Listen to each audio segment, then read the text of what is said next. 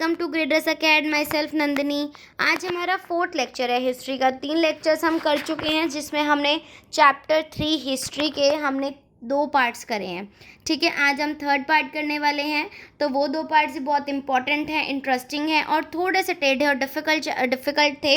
तो हमने उसको स्टोरी की तरह करा था। तो जिसने नहीं करा है वो डिस्क्रिप्शन में लिंक है उसका, वो वहाँ पे जाके उस लिंक को खोल के पढ़ ले। और आज हमारा 4th लेक्चर है जिसमें हम 3rd पार्ट करेंगे, द इंटर वॉर इकोनॉमी। हम वॉर के बारे में पढ़ेंगे, जो फर्स्ट वर्ल्ड वॉर हुई थी, किसके बीच में हुई थी, वो कब हुई थी, कैसे हुई थी और क्या क्या ट्रांसफॉर्मेशंस हुए, कैसे रिकवरी हुई, ज़्यादा रिकवरी किसकी हुई और लॉस किसका हुआ, हम ये सब कुछ पढ़ेंगे।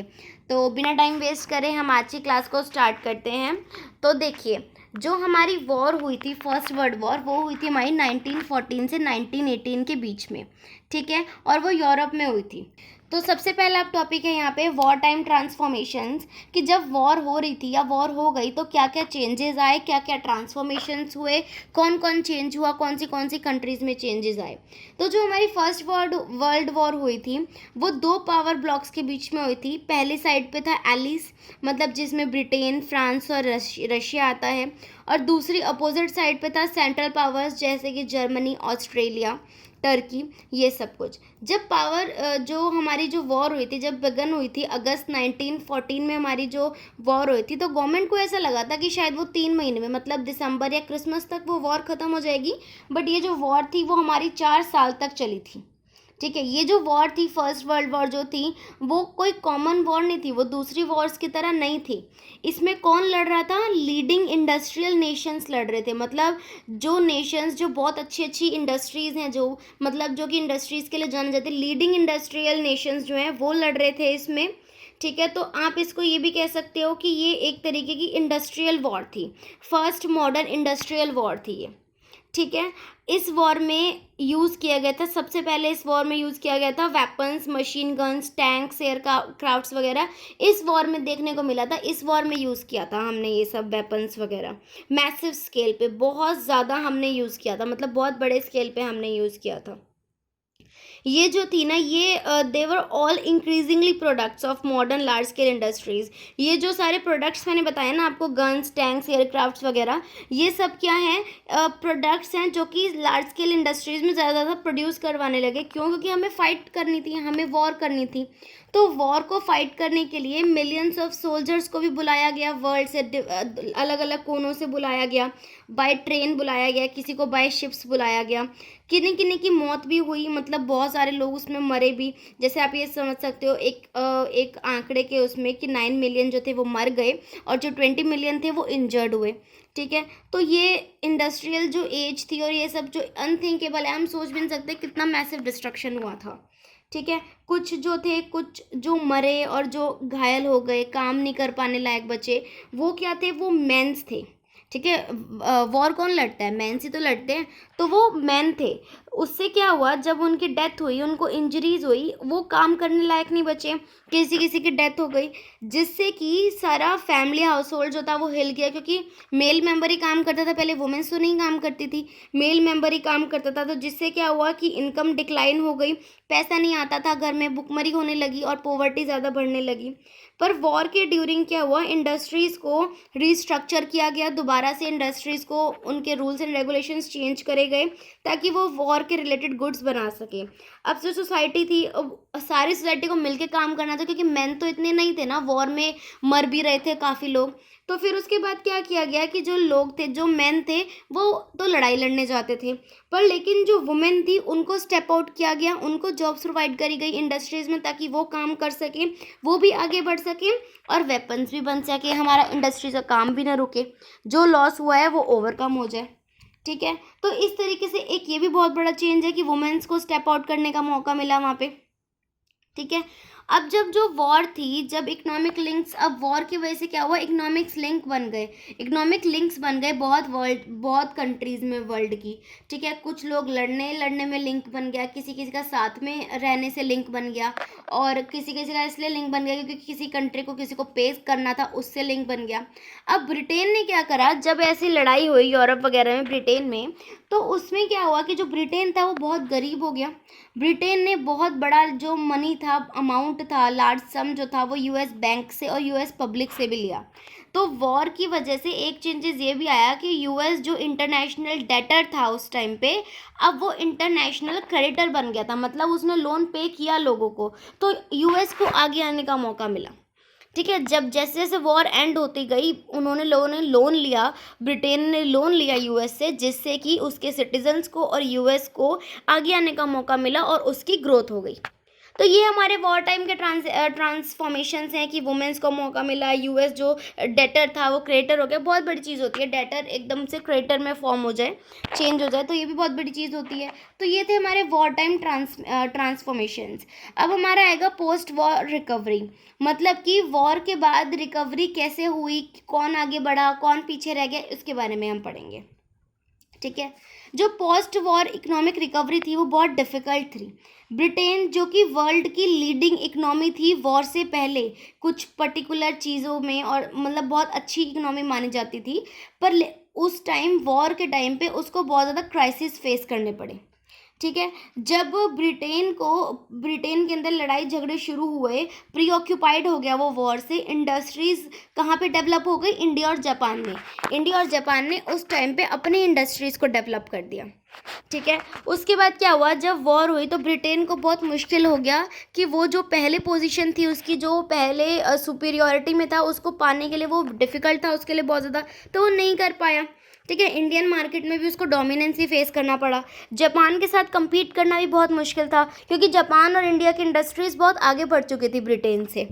ठीक है, और जो फाइनेंस वॉर के एक्सपेंडिचर्स थे जो ब्रिटेन ने बोरो कर रखे थे वो भी उन्होंने यूएस से ही लिए थे, मतलब कि जो वॉर में लड़ाई वगैरह में खर्चे हो रहे थे, वेपन्स वगैरह में खर्चे हो रहे थे, वो भी उन्होंने यूएस से ही बोरो करे हुए थे। तो इसका मतलब ये है कि जब वॉर जैसे जैसे ख़त्म हुई तो वो ब्रिटेन के लिए बहुत ही खतरनाक साबित हुई, और ब्रिटेन के ऊपर बहुत ज़्यादा डेट्स हो गए, बहुत ज़्यादा कर्जे हो गए यूएस से, मतलब जो उन्होंने ले रखा था वो उसके बर्डन तले दबते गए। जब वॉर ख़त्म हुई तो इकोनॉमिक बूम हुआ, मतलब इकोनॉमी बहुत अच्छे से ग्रो हुई। तो इससे क्या हुआ कि डिमांड बढ़ी, प्रोडक्शन और एम्प्लॉयमेंट, डिमांड प्रोडक्शन और एम्प्लॉयमेंट तीनों ही चीज़ें बढ़ी। और जब वॉर ख़त्म हुई, ये तो था कि जब वॉर शुरू हुई तो इकोनॉमी भी बूम हुई, लार्ज डिमांड बढ़ी, प्रोडक्शन। जब वॉर जो थी वो एंड हुई तो उससे क्या हुआ, प्रोडक्शन भी धीरे धीरे कम होता गया और अनएम्प्लॉयमेंट भी बढ़ता गया। और उसी सेम टाइम पे गवर्नमेंट ने जो थे वो जो वॉर एक्सपेंडिचर्स वगैरह थे वो करने के लिए मना कर दिया था कि अब कोई खर्चा नहीं होगा, जिससे कि थोड़ी शांति भी बनी रहेगी, कोई वॉर भी नहीं होगी। जब हमारे पास वेपन्स ही नहीं है, खर्चे करने के लिए पैसे ही नहीं है, तो हम वॉर करने की सोचेंगे भी नहीं। तो इससे क्या होगा, थोड़ा पीस टाइम आएगा। ठीक है, इन डेवलपमेंट्स की वजह से बहुत ज़्यादा लॉसेस हुए जॉब्स में। मतलब आप एक वो मतलब काउंटिंग से ये लगा सकते हो कि हर एक 5 ब्रिटिश वर्कर्स में से एक वर्कर जो था वो वर्किंग था। ठीक है, एनएग्जाइटी और अनसर्टेनिटी की वजह से उनको बहुत ज़्यादा प्रॉब्लम फेस करनी पड़ी ब्रिटेन वाले लोगों को। ठीक है, जो एग्रीकल्चर इकनॉमीज थी उनके लिए भी बहुत बड़ा क्राइसिस आया, क्योंकि एग्रीकल्चर मतलब वॉर वगैरह होती है तो एग्रीकल्चर के लिए भी बहुत ज़्यादा प्रॉब्लम क्रिएट हो जाती है। जैसे कि आप एक वीट प्रोड्यूसर का ही सोच लो, जब वॉर होने से पहले ईस्टर्न यूरोप में, जो ईस्टर्न यूरोप था वॉर होने से पहले वो वीट का सबसे बड़ा सप्लायर था पूरे वर्ल्ड मार्केट में।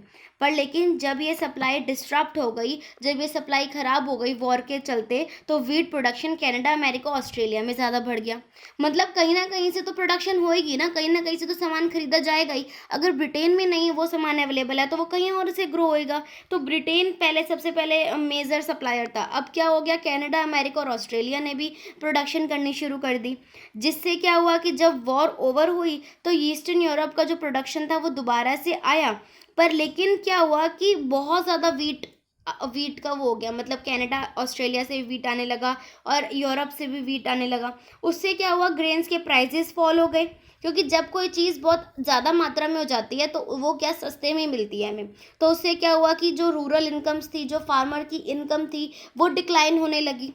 ठीक है, और फार्मर जो थे वो ज़्यादा कर्जे में जाने लगे, क्योंकि जब खाना आगे सस्ता बिक रहा है तो उनको भी तो सस्ता ही बेचना पड़ेगा ना, जो जिनको वो बेचते हैं उनको भी सस्ता बेचना पड़ेगा। तो देखो ये चीज़ें इंटरकनेक्टेड हैं कि वॉर टाइम में क्या क्या ट्रांसफॉर्मेशन हुआ, जैसे ब्रिटेन नीचे आ गया, यूएस ऊपर चला गया, फिर उसके बाद कैसे कैसे रिकवरी हुई, ये चीज़ भी लिंक है कि जब वॉर हुई तो यूएस कनाडा वगैरह में ज़्यादा वीट की प्रोडक्शन होने लगी। ठीक है, तो ये सारी चीज़ें इंटरकनेक्टेड हैं जो मैं इस आपको थर्ड पार्ट में करा रही हूँ। उसके बाद आपका थर्ड है rise of mass production and consumption. अब मास प्रोडक्शन या मतलब बहुत बड़े लेवल पे बनाना और कंजम्पशन कैसे हमारा राइज हुआ, कैसे बढ़ा हमारा मास प्रोडक्शन और ये सब कुछ। तो देखो जैसा कि हमें पता ही है, जब वॉर हुई या वॉर के बाद यूएस जो था वो बहुत जल्दी रिकवर हुआ। हमने ऊपर देखा कि वॉर की वजह से यूएस इकोनॉमिक कितनी जल्दी बूस्टअप हुई। शॉर्ट पीरियड में इकोनॉमिक जो ट्रबल था वॉर यूएस का, वो सारा ख़त्म हो गया वॉर की वजह से सिर्फ। तो बहुत इंपॉर्टेंट फीचर है यूएस इकोनॉमी का 1920s का कि बहुत ज़्यादा मास प्रोडक्शन करी उन्होंने, ज़्यादा से ज़्यादा प्रोडक्शन करी। तो मास प्रोडक्शन कहाँ से शुरू हुई? यूएस से। जब हम मास प्रोडक्शन की तरफ मुड़ते हैं, 19th सेंचुरी में शुरुआत हुई थी मास प्रोडक्शन की, बट लेकिन 1920 में ये एक कैरेक्टरिस्टिक फीचर बन गया था इंडस्ट्रियल प्रोडक्शन का यूएस में कि ज़्यादा से ज़्यादा प्रोडक्शन, मास प्रोडक्शन करनी है। ठीक है, एक वेल नॉन इंसान जो था उसने मास प्रोडक्शन की सोची, पर लेकिन किसका मास प्रोडक्शन? कार का, हेनरी फोर्ड। ठीक है, उसका नाम था हेनरी फोर्ड। उसने एक असेंबली लाइन अडेप्ट करी शिकागो स्लॉटर हाउस की कि हमें क्या करना चाहिए, एक नया कार प्लांट बनाना चाहिए डेट्रॉयट में। उसने रियलाइज़ करा असेंबली लाइन में कि एक मेथड है जिससे कि हम फास्टर और चीपर वे में प्रोड्यूस कर सकते हैं व्हीकल्स को, जल्दी जल्दी प्रोड्यूस कर सकते हैं, जिससे कि हमारी इकोनॉमी और अच्छे से ग्रो कर सकती है। तो उसने क्या करा, वर्कर्स को फोर्स किया कि एक ही टास्क को फटाफट रिपीट करो मैकेनिकली। जो टास्क है उसको जल्दी जल्दी रिपीट करो और कॉन्टीन्यूसली उसको करते जाओ, जिससे क्या होगा कि जैसे कि किसी भी कार का जो पर्टिकुलर पार्ट है उसको फिट करना, उसको बनाना, तुम उस प्रोसेस को जल्दी जल्दी रिपीट करते जाओ। सिर्फ एक ही नहीं करना, जल्दी जल्दी रिपीट करते जाओ और उस काम को हमें जल्दी जल्दी करना है, जिससे कि क्या होगा, हम ज़्यादा से ज़्यादा वो बना पाएंगे व्हीकल्स। इससे क्या हुआ, आउटपुट बढ़ गया, वर्कर्स का काम जल्दी से होने लगा। ठीक है, कोई भी वर्कर मतलब जब जैसे कोई डिक्टेटर है जो उसका सीनियर है, वो उसके सर पे ही खड़ा रहेगा, तो कोई भी वर्कर काम डिले नहीं कर सकता। तो उन्होंने बहुत सारे मैनेजर्स उनके सर पे खड़े करे और फटाफट उनसे काम करवाया, डबल काम करवाया, और काम जो था वो जल्दी जल्दी होने भी लगा, बहुत ज़्यादा स्पीड से काम होने लगा। और रिजल्ट के तौर पे हमें क्या मिला कि जो हेनरी फोर्ड की कार थी वो 3 मिनट इंटरवल में बनने लगी। ठीक है, एक ऐसी स्पीड मतलब जो कि बहुत ही अच्छी स्पीड थी, उस कार की भी चलने की स्पीड बहुत अच्छी थी। तो मतलब वो कार की वजह से बहुत फेमस होने लगा और उसका जो मॉडल था कार का वो भी काफ़ी फेमस होने लगा और इकोनॉमी और अच्छे से ग्रो करने लगी।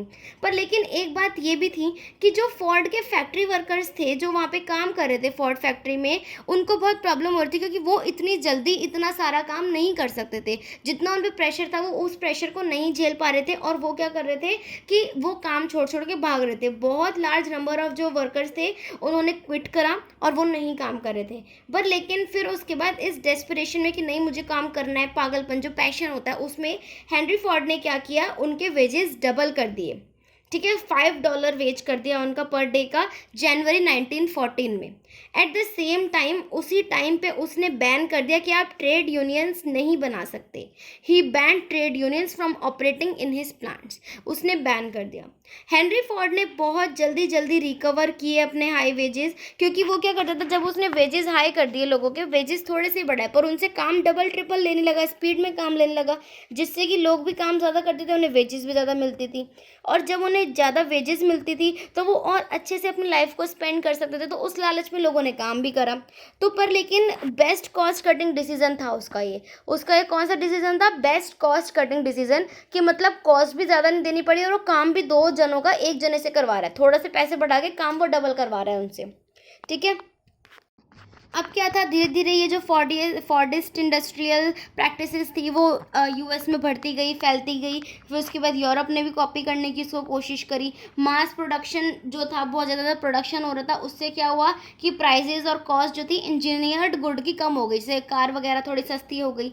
ठीक है, अब क्या था, हायर वेजेस की वजह से ज़्यादा से ज़्यादा वर्कर अफोर्ड कर सकते थे जो हमारे कंज्यूमर गुड्स हैं। जैसे काफ़ी वर्कर्स जो थे वो कार भी अफोर्ड कर पाते थे क्योंकि उन्हें वेजेस ज़्यादा मिल रहा था, और उस चीज़ का कॉस्ट भी कम हो गई थी क्योंकि उनको जो उनका रॉ मटेरियल था वो सस्ता मिल रहा था।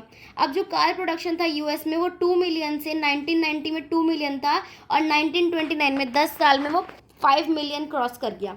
ठीक है, तो इससे क्या हुआ कि रेफ्रिजरेटर की परचेजिंग, वॉशिंग मशीन की परचेजिंग, रेडियोज़ वगैरह, इन सब की परचेजिंग भी बढ़ गई। क्यों? क्योंकि जो भी मैकेनिकल इंजीनियर्ड गुड होता था ना, ये तो सिर्फ एक कार का एग्जांपल है, बट जो भी इंजीनियर्ड और मैकेनिकल गुड होता था ना, उसकी जो कॉस्ट थी वो कम हो गई थी। डिमांड रेफ्रिजरेटर, वॉशिंग मशीन्स, उन सब की बहुत बढ़ गई थी, जिससे कि हाउस में बहुत, मतलब हाउस कंस्ट्रक्शन हो गया, होम ओनरशिप हो गया, ये सब चीज़ें भी बढ़ती जा रही थी। मतलब लोगों के पास थोड़े अपने घर भी आने लगे, वो अपने हाउस को सेटल करने लगे, ये सब कुछ बढ़ गया।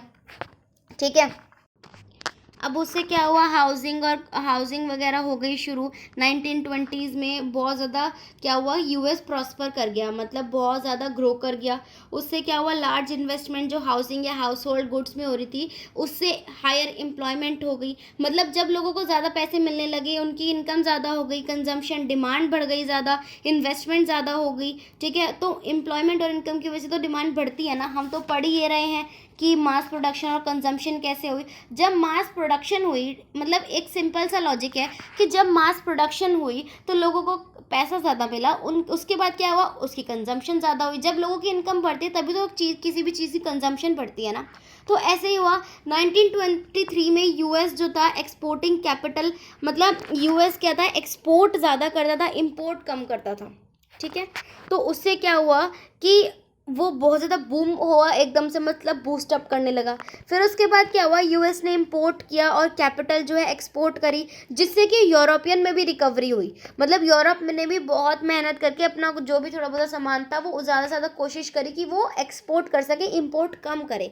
इस तरीके से सारा काम चलता गया, और मतलब धीरे धीरे सारी इकनॉमी सही होती गई। पर लेकिन इसके बाद एक डिप्रेशन भी आया, एक ग्रेट डिप्रेशन आया 1929 में, जो कि हम नेक्स्ट लेक्चर में पढ़ेंगे। हम अभी नहीं पढ़ेंगे क्योंकि ये वीडियो ऑलरेडी बहुत लंबा जा चुका है, हिस्ट्री है, थोड़ी थोड़ी करके ही पढ़नी है। तो यहाँ तक अगर किसी को कोई भी डाउट हो, मैं वैसे जनरली एनसीईआरटी से ही पढ़ाती हूँ, अभी मैंने एनसीईआरटी से ही पढ़ाया है, तो आप एनसीईआरटी से पढ़ सकते हैं, किसी और अनदर बुक में से भी पढ़ सकते हैं, जो भी आपको किसी भी टीचर ने रेफ़र करी आप किसी में भी पढ़ सकते हैं। बट मैं एनसीईआरटी प्रेफर करती हूँ हमेशा हिस्ट्री के लिए, तो एनसीईआरटी प्रेफर करती हूँ, इसमें कुछ एक्स्ट्रा ऐसा पढ़ने की ज़रूरत नहीं होती है। तो अगर आपको कोई भी डाउट हो, कुछ भी हो, तो आप कमेंट सेक्शन में मुझसे कमेंट करके मुझे पूछ सकते हैं, मैं आपको वहाँ पे वो डाउट क्लियर कर दूँगी। So I am ending this lecture here. Hope you like it, and if you like it, then please give it a thumbs up. And don't forget to subscribe to my channel, guys. Okay, bye bye, take care.